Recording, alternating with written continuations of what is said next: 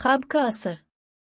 एमन आज बहुत आदास थी क्योंकि आज इसे अपनी मम्मी बहुत याद आ रही थी। वो सोच रही थी कि अगर आज वो जिंदा होती तो इसकी नई मम्मा इसके साथ ऐसा सलूक ना करती। वो रोज बच्चों को स्कूल जाता देखती थी। इसका भी बहुत दिल करता था कि वो भी स्कूल जाया करे, मगर ऐसा मुमकिन न था क्योंकि अगर वो स्कूल जाती तो फिर घर के काम काज कौन करता। एमन सारा सारा दिन घर के काम करती रहती थी, कपड़े धोती, खाना पकाती, फिर भी इसे अपनी सौतेली मम्मा से डांट ही पड़ती थी। एक दिन इसको खाना बनाने में देर हो गई तो उसकी सौतेली मम्मा ने एमन की बहुत पिटाई की। इसके 2 सौतेले बहन भाई भी थे जो बाकायदगी से स्कूल जाते थे और ट्यूशन भी पढ़ते थे। एक दिन एमन कपड़े धो रही थी कि पड़ोसन आंटी नसरीन एमन की मम्मा से मिलने के लिए आए। आंटी नसरीन स्कूल टीचर थी। वो एमन को इस तरह काम करते देखकर बहुत परेशान होती थी और एमन की सौतेली मम्मा को समझाया भी करती कि राहिला बहन, एमन को भी स्कूल भेजा करो, बच्ची को इन पर रखना मुनासिब नहीं। मगर एमन की सौतेली मम्मा कोई ना कोई बहाना बनाकर बात टाल दिया करती थी।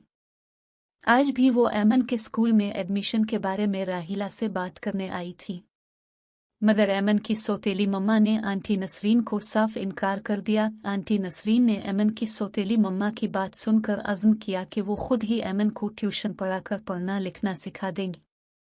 एमन जब भी घर के कामों से फरागत पाती तो आंटी नसरीन इसे ट्यूशन पढ़ाती। वो अपनी सौतेली मम्मा से रोज़ाना छप कर आंटी नसरीन से ट्यूशन पढ़ा करती थी। एक दिन एमन अपना सबक याद कर रही थी कि इसकी सौतेली बहन ने इसे सबक याद करते देख लिया।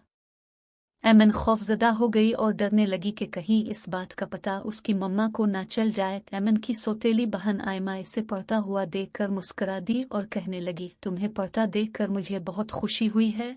मैं खुद भी चाहती हूँ कि तुम मेरी तरह तालीम हासिल करो, मेरे साथ स्कूल जाओ, और ये बात मैं अपनी मम्मा को भी समझाऊंगी। एमन ने यह सब सुना तो बहुत खुश हुई। वो अपने कमरे में जाने के लिए मुड़ी तो उसकी सौतेली मम्मा भी पीछे मौजूद थी और खूब गुस्से में थी। ये सब सुन कर उनका तो बिल प्रेशर हाई हो गया और वो अपनी बेटी को साथ लेकर अपने कमरे में चली गई। बेड पर लेटने की देर थी कि वो सो गई और ख्वाब देखने लगी। ख्वाब में इन्होंने देखा कि एमन की सौतेली बहन इन पर है और वो लोगों के घरों का काम करती है और रू रू कर अपनी मम्मा से कह रही थी, आपने मुझे इन पर क्यों रखा, तालीम हासिल क्यों ना करने दी। इतना ही ख्वाब देखा था कि उनकी आंख खुल गई। वो इल्म की अहमियत जान चुकी थी।